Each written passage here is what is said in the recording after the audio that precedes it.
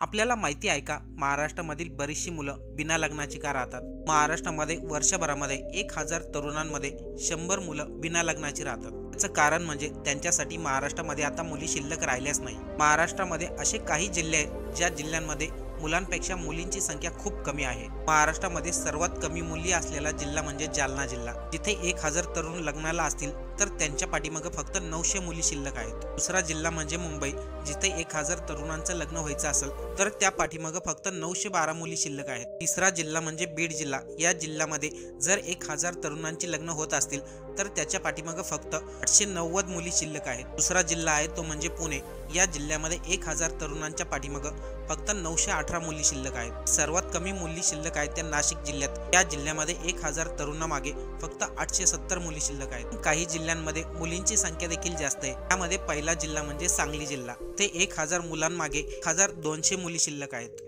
त्यानंतर सिंधुदुर्ग जिल्ह्यामध्ये, या जिल्ह्यात 1000 तरुणांमागे 1150 मुली शिल्लक आहेत। त्यानंतरचा जिल्हा म्हणजे गडचिरोली, या जिल्ह्यामध्ये 1000 तरुणांमागे 1200 मुली आहेत। त्यानंतरचा जिल्हा म्हणजे सातारा जिल्हा, या जिल्ह्यात 1000 तरुणांपाठीमागे 1100 मुली आहेत। सर्वात जास्त मुली आहेत त्या रत्नागिरी जिल्ह्यामध्ये, या जिल्ह्यामध्ये 1000 तरुणांपाठीमागे जवळपास 1300 मुली आहेत।